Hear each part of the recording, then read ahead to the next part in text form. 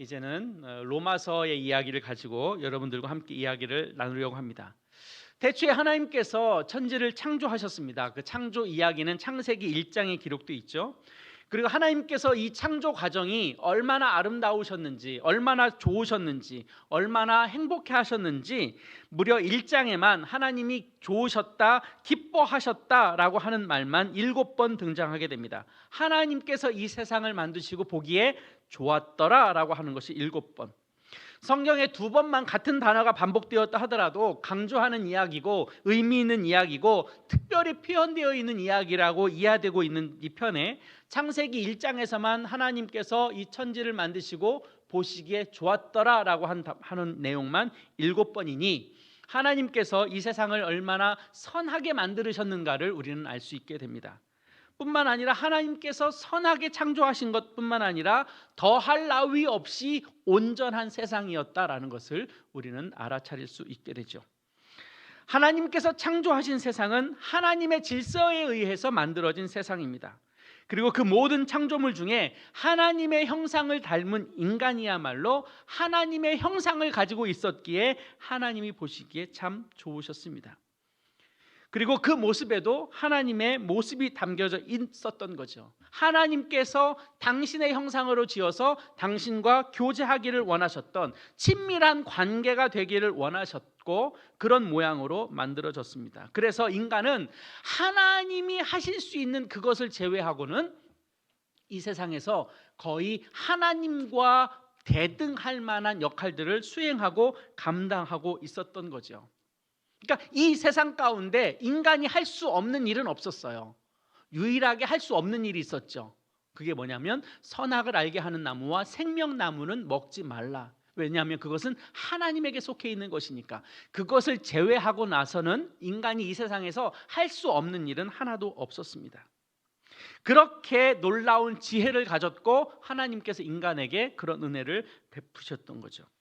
이 세상에서 가장 완벽하고 아름다운 모습이 언제였던가를 생각해 본다면 그것은 바로 하나님께서 이 세상을 창조하시고 에덴을 창조하시고 그것을 만드셨던 바로 그때라고도 말할 수 있습니다. 그것은 하나님의 질서에 의해서 만들어진 것이기 때문에 그렇죠. 그러니 하나님께서 보시기에 기뻐하실 수밖에, 하나님이 보시기에 충만하셨을 수밖에 없었던 거죠. 그런데 우리가 다 아시는 바와 같이 인간은 하나님을 떠나서 죄를 범하게 됩니다. 피조물인 인간이 하나님처럼 될 수 있다라고 하는 사단의 꾀임에 넘어가서 선악을 알게 하는 나무를 먹게 된 거죠. 그 나무의 열매를 먹으면 하나님처럼 될 거야.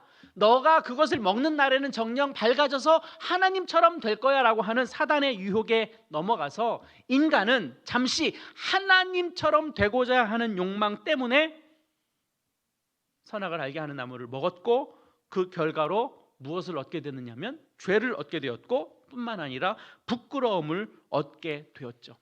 자기가 벗은 몸을 알고 부끄러워지기 시작했고 인간에게는 죄가 들어왔고 그 죄로 인해서 하나님과 단절이 되는 결과를 가져왔을 뿐입니다. 이것이 인간에게 죄가 들어온 결과라고 말할 수 있는 거죠.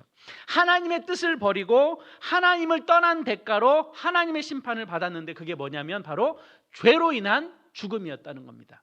그전에는 죽음에 대해서 고민할 필요가 없었어요.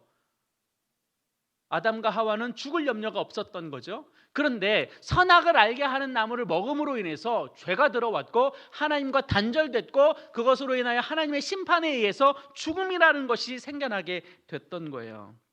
그러나 하나님은 그 죽음에 대해서 즉시 아담과 하와에게 죽음을 내리신 것이 아니라 여전히 하나님께서 아담과 하와를 사랑하셨기 때문에 그들의 생명을 유지했고 뿐만 아니라 그가 죄를 지었고 죄에 대한 대가로 인해서 죽음뿐만 아니라 그들에게 무슨 일이 벌어졌느냐면 에덴에서 쫓겨나는 결과를 가져오게 됐죠.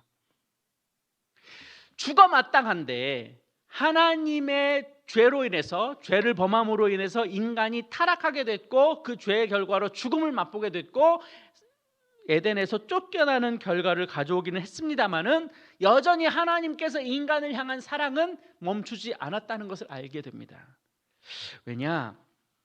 하나님은 먼저 우리가 이것을 이해할 필요가 있어요. 완전한 분이세요. 악도 없어요. 거짓도 없어요. 불의도 없으신 분이에요. 그래서 그분은 온전한 하나님이 될 수 있어요. 하나님이 조금이라도 악이 있다면, 조금이라도 거짓이 있다면, 조금이라도 불의가 있다면 우리는 그것을 우리의 믿음의 대상이라고 여기는 하나님이라고 여길 수 없을 거예요. 그런데 하나님은 이 인간을 떠나서 인간이 죄를 범해서 에덴에서 쫓겨나가게 되죠. 쫓겨나갈 때 그 당시에 아담과 하와의 상태는 어떤 상태였느냐? 자기의 몸이 벗은 줄 알고 무화과 잎으로 만들어서 자기의 치마를 엮어서 자기의 부끄러운 하체를 가렸단 말이죠. 그런데 그 잎은 아시다시피 시간이 지나면 떨어지게 되고 또 그것이 약하게 되고 벗겨지게 되죠. 그래서 하나님께서는 인간을 에덴에서 쫓겨나게 하실 때 그냥 쫓아내지 않았다는 거예요. 그의 부끄러움을 가리고 그가 가지고 있는 죄의 허물을 덮어주기 위해서 3장 15절 이하에 보면 하나님께서 어떤 일을 하나 하시는데 바로 그 인간에게, 에덴에 쫓겨나가는 아담과 하와에게 가죽 옷을 입혀서 내보내요. 그 말의 뜻은 입이 아니라, 잎사귀가 아니라 가죽 옷을 덮었다는 얘기는 더 이상 그 하체가 부끄러움이 드러날 일이 없다는 뜻이에요. 죄가 덮여졌다는 뜻이에요. 그런데 여기 재미있는 게 있어요. 가죽 옷을 입히려면 뭐가 필요하죠? 가죽이 있는 짐승이 있어야 되겠죠. 짐승이 그냥 있으면 돼요? 짐승을 죽이고 그 짐승의 가죽을 통해서 인간의 하체를 덮는 하나님께서 그런 은혜를 베푸셨다는 거예요. 누굴 위해서? 인간을 위해서, 아담과 하와를 위해서, 그의 죄와 그의 죽음을 감싸주기 위해서 짐승을 죽이고 그 짐승의 가죽을 입혀서 부끄러움을 가렸다는 거예요. 그러면 짐승을 죽여서 그의 가죽을 취했다는 얘기는 그 짐승은 어떻게 됐다는 얘기죠? 죽어야 되는 거죠. 그러니까 하나님께서 인간의 부끄러움을 가려주기 위해서, 인간의 죄를 덮어주기 위해서 짐승을 죽이고 그 짐승의 가죽을 떠서 인간의 약한 부분을 가리게 되었다는 것을 이야기해주고 있습니다. 3장 21절에 이렇게 기록합니다. 여호와 하나님이 아담과 그의 아내를 위하여 가죽옷을 지어 입히시니라.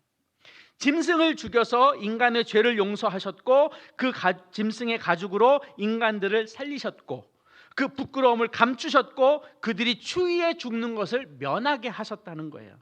누굴 위해서?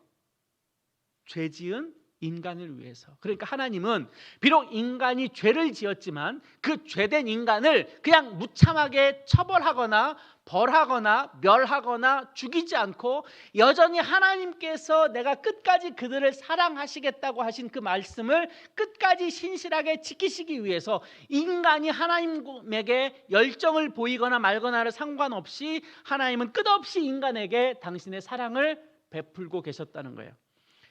우리는 이것을 이렇게 표현할 수 있습니다. 하나님은 인간에 대하여 끝없는 짝사랑을 하고 계신다. 하나님은 인간에 대하여 단 한순간도 당신의 사랑을 거두신 적이 없다. 그가 신실히 하나님 앞에 있을 때건 그들이 하나님 앞에 있지 않을 때건 상관없이 하나님은 여전히 그의 백성을 사랑하신다. 다른 말로 표현할까요? 하나님은 우리를 사랑하신다. 우리가 죄를 지을 때도, 우리가 연약함 가운데 있을 때에도, 우리에게 악함이 가득할 때에도, 우리의 마음이 하나님으로부터 떠나 있을 때에도 상관없이 하나님은 우리를 사랑하신다.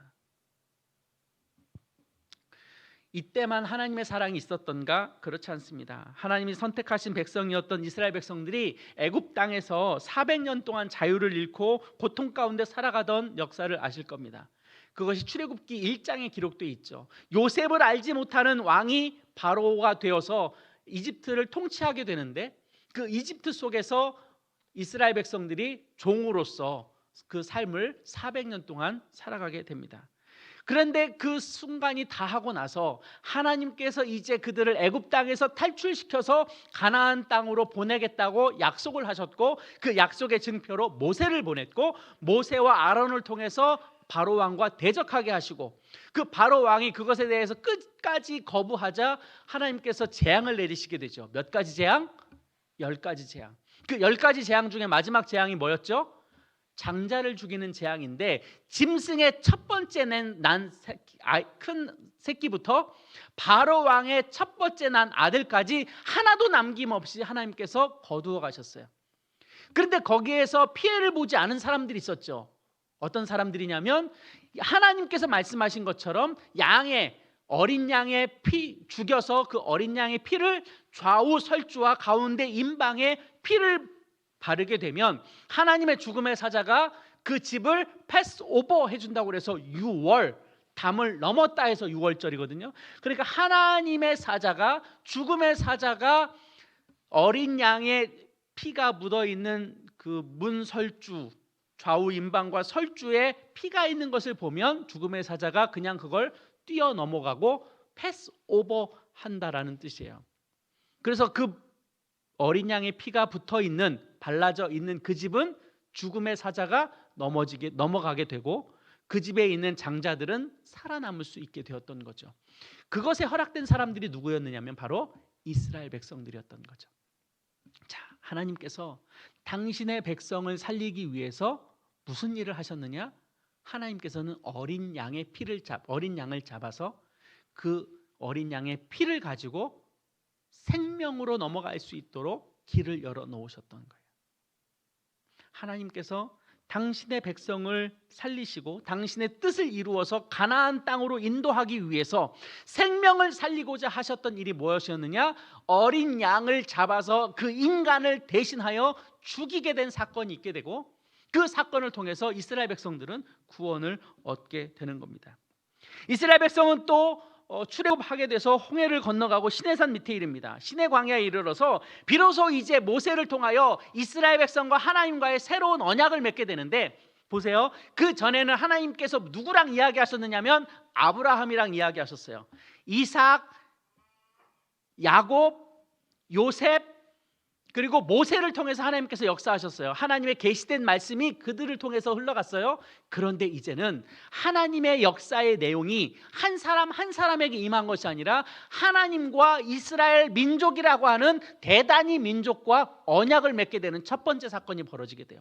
그전에는 하나님과 아브라함, 하나님과 이삭, 하나님과 야곱, 하나님과 요셉 이렇게 말씀하셨다면, 하나님이 모세 이렇게 말씀하셨다면, 이제는 하나님이 이스라엘 백성을 당신의 자식으로 품고 언약의 백성을 맺게 되는 장면이 출애굽기 19장 5절 6절에 기록되어 있는데 그 내용이 이렇게 기록되어 있습니다. 이스라엘 백성과 한 얘기입니다. 세계가 다 내게 속하였나니 너희가 내 말을 잘 듣고 내 언약을 지키면 너희는 모든 민족 중에서 내 소유가 되겠고 너희가 내게 대하여 제사장 나라가 되며 거룩한 백성이 되리라. 너는 이 말을 이스라엘 자손에게 전할지니라. 하나님께서 모세에게 이 말씀을 하셨고 모세는 이 말씀을 하나님의 백성들에게, 이스라엘 백성들에게 그렇게 전달을 하게 됩니다. 그 말을 들은 이스라엘 백성들이 여호와께서 우리에게 말씀하신 대로 우리가 다 행하겠습니다 라고 합의를 이루게 된 거예요. 그러니까 하나님이 말씀하셨고 이스라엘 백성이 반응함으로 인해서 이 시내산 계약이 이루어지게 된 거죠. 이제 하나님은 이스라엘 백성에게 십계명을 내리게 되고 앞으로 이스라엘 백성이 하나님의 뜻 가운데 살아가도록 하나님의 법을 제정하는 것을 이제 말씀하고 계세요. 이제 바로 그것이 하나님의 율법이 된 거죠. 하나님과 이스라엘 백성들에게 언약을 맺으면서 만들어진 그 법이 바로 율법입니다. 근데 이것도 마찬가지로 하나님의 율법은 죄로 가득한 인간들이 만든 법과는 다른 거죠. 하나님께서 제정하시고 하나님께서 이스라엘 백성에게 명령하신 법이에요. 그러니까 이 법은 하나님에게 있어서 온전한 법인 거예요. 인간이 만들어 놓은 법하고는 조금 다른 겁니다. 그래서 이 율법은 반드시 지켜야만 되는 거예요. 안 지키면 어떻게 되냐면 하나님의 심판이 임하게 되는 거죠. 율법은 인간이 지킬 수 있도록 한 최소한의 법이 아니라 지켜야만 되는 법입니다. 안 지키면 안 되는 법이 되었던 거죠. 그래서 하나님은 인간의 이스라엘 백성들이 이제 죽음에서 벗어나서 영원한 삶을 하나님과 언약의 백성으로 살도록 허락해 준 거죠. 그런데 문제가 있어요. 이 율법을 인간이 다 지킬 수 있느냐? 지킬 수 없다는 데 문제가 있어요. 그러면 하나님께서 만들어 놓은 그 완벽한 법이다 보니까 인간이 못 지키게 돼요. 못 지키게 됨으로 인해서 죄가 생겨나게 되죠. 그런데 이것에 대해서 하나님께서 또 율법으로 규정해 놓은 게 있어요. 그게 뭐냐면 바로 제사라고 하는 거죠. 제사를 통해서 인간이 하나님과 죄를 지을 때 그 죄를 회복할 수 있도록 길을 열어주신 거예요. 아시다시피 번제를 통해서, 속죄제와 속건제와 같은 것들을, 죄를 통해서, 그 제사를 통해서 인간이 죄를 얻은 것을 면제할 수 있는 길이 얻어진 거예요. 그런데 여기도 중요한 게 있어요. 죄를 지었으면 뭐가 되느냐면 죽어야 되는 거예요. 죄를 지었으면 죽어야 돼요. 그게 하나님의 심판의 결과예요. 그런데 죽지 않고 그 죽음을 면할 수 있는 길이 있는데, 그게 뭐냐면 바로 하나님께서 제사를 통하여 회복할 수 있도록 길을 열어놓았는데, 거기에도 뭐가 있느냐면 짐승을 대신 죽이는 사건이 벌어지게 돼요. 이런 겁니다. 내가 죄를 지었어요. 하나님 앞에 제사를 드려야 되는 거예요. 속죄를 얻기 위해서. 근데 제사를 드리기 위해서 짐승을 하나 데리고 갑니다. 아주 상하지 않고 온전하고 깨끗한 짐승을 가지고 가서 자기 자신이 그 짐승의 머리에 손을 얹고 내 죄를 고백하는 거예요. 그럼 하나님께서 내 죄를 누구에게 전가시키느냐면 그 짐승, 제물에게 전가시키게 돼요. 그러면 내 죄가 이 짐승에게 넘어갔죠? 그럼 이 짐승은 어떻게 돼야 되느냐면 그냥 살려둘 수가 없는 거예요. 왜냐? 죄를 지었기 때문에. 죄의 결과는 뭐냐면 심판이고, 그 심판의 내용은 죽음이거든요. 그러니까 하나님께서 내 죄를 이 짐승에게 전가시키고, 전가시킨 이 죄에 대하여 이 짐승은 그 대가로 죽음을 맞이하게 되는 거예요. 무슨 말이냐? 하나님께서는 인간을 살리기 위해서 다른 어떤 대속의 제물이 필요했던 거예요. 인간을 살리기 위해서는, 죄로 물든 인간을 살리기 위해서는 다른 어떤 죽어야 할 대상자가 있어야 되고, 그 대상물이 있어야지만 된다는 거예요. 참 아이러니죠? 살리기 위해서 죽인다는 거예요. 이것이 하나님과 이스라엘 백성들이 맺었던 그 언약의 관계예요. 하나님은 인간을 용서하시고 그들을 사랑하시고 하나님과 계속해서 언약의 관계를 지키기 위해서 짐승을 죽이는, 그래서 인간을 살리는 방식을 하나님은 선택하셨던 거죠. 왜? 그것 말고는 방법이 없으니까. 살리기 위해서는 대신 누군가가 죽어야 하고, 그 어떤 것들이 목숨을 잃어야지만 그걸 통해서 얻는 생명이 있게 되는 거예요. 여기에 하나님의 놀라운 패러독스가 있어요. 인간을 살리기 위해서 하나님은 다른 것을 끊임없이 죽이셨어요. 죽을 자를 살리기 위해서는 다른 어떤 것이 죽어야만 했던 거예요. 그래야만 하나님의 정의가 온전하게 되는 거예요. 근데 그거 아세요? 하나님의 공의가 있고 하나님의 사랑이 있죠. 여러분들은 하나님의 사랑과 하나님의 공의를 어떻게 이해하시나요? 사랑이 더 크다, 하나님의 공의가 있고 하나님의 사랑이 있으면 어떤 게 더 위에 있을까를 생각해 보면 하나님의 사랑이 훨씬 더 큰 개념이라고 이해하죠. 그런데 꼭 그런 것만은 아니에요. 하나님의 사랑이라고 하는 그것도 하나님의 공의에서 나온 거예요. 왜 그러냐? 하나님은 죄를 지으면 죽어야 돼요. 죽음을 면할 수 없어요. 죽음을 면하기 위해서는 대신 죽어야 돼요. 그런데 그 대신 죽기 위해서, 그 어떤 것을 이루기 위해서 그 한 생명체를 살린다고 보잖아요. 인간을 살린다고 보면 그 인간의 사랑이라고 하는 그것도 다른 대속물을 죽여야 하는 하나님의 공을 통해서 이 사랑이 완성이 되는 거예요. 그러니까 하나님의 사랑이라고 하는 것은 하나님의 공의에서 나오게 되는 거예요. 그렇게 끊임없이 하나님은 인간을 통해서 제사를 받으셔야만 해요. 왜? 우리의 죄는 끊임없이 반복되는 거니까. 그런데 이제는 하나님께서 그걸 끝내기로 작정을 하신 거예요. 더 이상 너희들이 제사를 드릴 필요가 없는 완벽한 제사를 하나님께서 선택하시고 계획하셨던 거죠.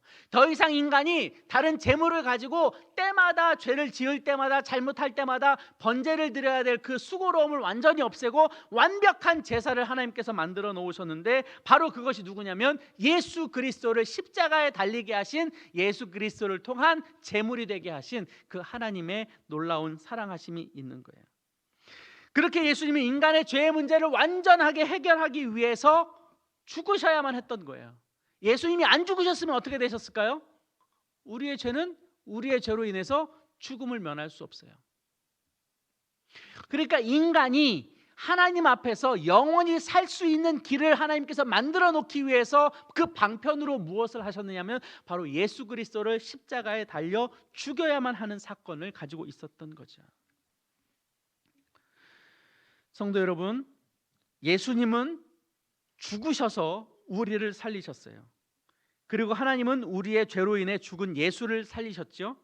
그래서 이 모든 것이 이 세상으로부터 영광으로 나타나게 된 거예요. 빌립보서 2장 6절 이하의 말씀에 이런 구절이 있어요. 제가 읽어드릴게요. 여러분들은 눈으로 보시면 되겠습니다. 그는 근본 하나님의 본체시나 하나님과 동등됨을 취할 것으로 여기지 아니하시고 오히려 자기를 비워 종의 형체를 가지사 사람들과 같이 되셨고 사람의 모양으로 나타나사 자기를 낮추시고 죽기까지 복종하셨으니 곧 십자가에 죽으심이라. 이러므로 하나님이 그를 지극히 높여 모든 이름 위에 뛰어난 이름을 주사 하늘에 있는 자들과 땅 아래에 있는 자들로 모든 무릎을 예수의 이름에 꿇게 하시고 모든 입으로 예수 그리스도를 주라 시인하여 하나님 아버지께 영광을 돌리게 하셨느니라. 예수님은 하나님에 의해서 죽으신 거예요. 하나님이 죽도록 계획하셨고 그 뜻에 예수님은 순종하셨으니까요. 그것이 하나님 아버지의 뜻이었어요. 그 뜻에 하나님이신 예수님은 순종하셨어요. 그런 예수님을 하나님은 다시 부활을 시키셨고 이 세상의 그 어떤 것으로부터도 영광을 받으시도록 하셨어요. 죽음의 권세 이기셨고 사단의 권세 무너뜨렸고 인간의 죄의 문제 해결했고 인간의 죽음의 문제를 해결했어요. 그래서 우리가 유일하게 살 수 있는 길이 제공이 되었는데 바로 그 길은 어디에 있느냐면 예수 그리스도를 통하여야만 우리에게 생명의 길이 열려지게 된 거예요. 그러니까 우리는 그 방법 말고는 우리가 구원받을 길이 없고 그 방법 말고 우리의 죄의 문제를 해결할 방법이 없고 그것 말고는 우리의 모든 것이 회복될 수 있는 길이 없음을 이야기해요. 그러면 이제 여기서 한 걸음 더 나아가겠습니다. 만약 우리가 예수를 이미 믿고 있으니까 이 자리에 오신 거겠죠? 그러면 예수를 믿는 자로서 복음을 가진 자로서 가야 할 길이 있어요. 우리가 가야 할 길은 어디 있느냐? 내 맘대로, 내 옛날 구습대로, 옛날 습관대로, 죄의 모습대로 그러다가 그냥 멸망당할 그의 모습대로 살아가는 것이 우리의 방법이 아니라 우리가 가야 할 길이 있는데 그 길을 누가 제시해 주셨느냐면 바로 예수님께서 제시해 주신 거예요. 그러니까 예수님께서 걸어가셨던 그 길이 우리가 가야 할 생명의 길이라는 거예요. 예수님께서 우리 가운데 보여주셨던 그 길을 따라가는 것이 그리스도인의 삶이라는 거예요. 그 길 말고는 우리에게 다른 길이 없어요. 오늘도 목사님께서 제자도에 대해서 말씀하셨는데 제자로서 가야 할 길이 뭐냐? 바로 예수님께서 우리 가운데 보여주셨던 그 길을 이야기하는 거예요. 예수님이 가셨던 그 길을 우리가 따라가는 거예요. 그 길만이 우리가 살아갈 수 있는 유일한 길이에요. 그러니까 이 세상으로는 우리는 예수 그리스도가 우리의 모범이고 우리의 표대입니다. 만약에 예수님이 죽지 않고 우리를 구원할 길이 있었다면 예수님은 그 길을 가셨을 거예요. 그런데 이미 앞에서도 말씀을 드렸지만 하나님께서 애초에 예수님을 이 땅에 인간의 몸을 입고 보내실 때는 죽이실 작정을 하고 보내신 거예요. 그 길 말고는 없으니까. 그렇다면 우리도 마찬가지예요. 우리도 이 세상으로서는 예수님이 가셨던 그 길을 따라가야 되는 거예요. 세상적으로는 죽으러 가는 길이에요. 희생하는 길이에요. 그들을 섬기는 길이에요. 나의 가진 것을 내려놓는 거예요. 우리도 십자가를 따라 내가 지고 짊어져야 할 십자가를 내가 가지고 우리의 삶을 살아가야 된다는 것을 의미해요. 예수님께서 우리 가운데 그 길을 보여주셨어요.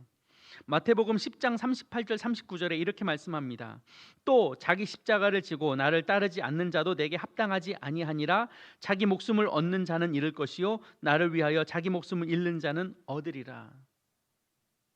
예수님께서 우리 가운데 보여주셨던 그 길은 우리를 살리기 위해서 그동안에 있었던 모든 죽음의 문제, 대속의 문제, 화목 제물의 문제, 번제물의 문제 다 예수님께서 다 짊어지시고 골고다로 올라가셨던 거예요.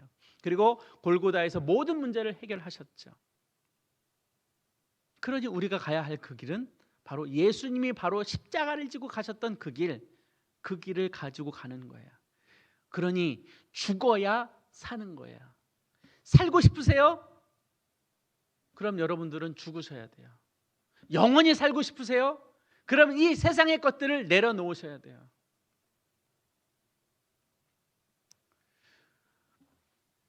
여러분들은 마지막 순간에 결단해야 됩니다. 하나님의 것을 선택할지 세상의 것을 선택할지. 우리가 누구의 길을 따라갈 것인지, 예수의 길을 따라갈 것인지 아니면 세상의 길을 따라갈 것인지 어느 순간에는 여러분들이 결정을 해야 돼요. 그런데 그런 결정이 참 우리의 삶의 시시때때로 많이 있죠. 그것을 내려놓고 주님이 원하시는, 주님이 나를 보시고 기뻐하실 그것을 소망하실 수 있었으면 좋겠어요. 그것이 우리가 가야 할 길이에요. 우리 시간 아까 찬양 드렸던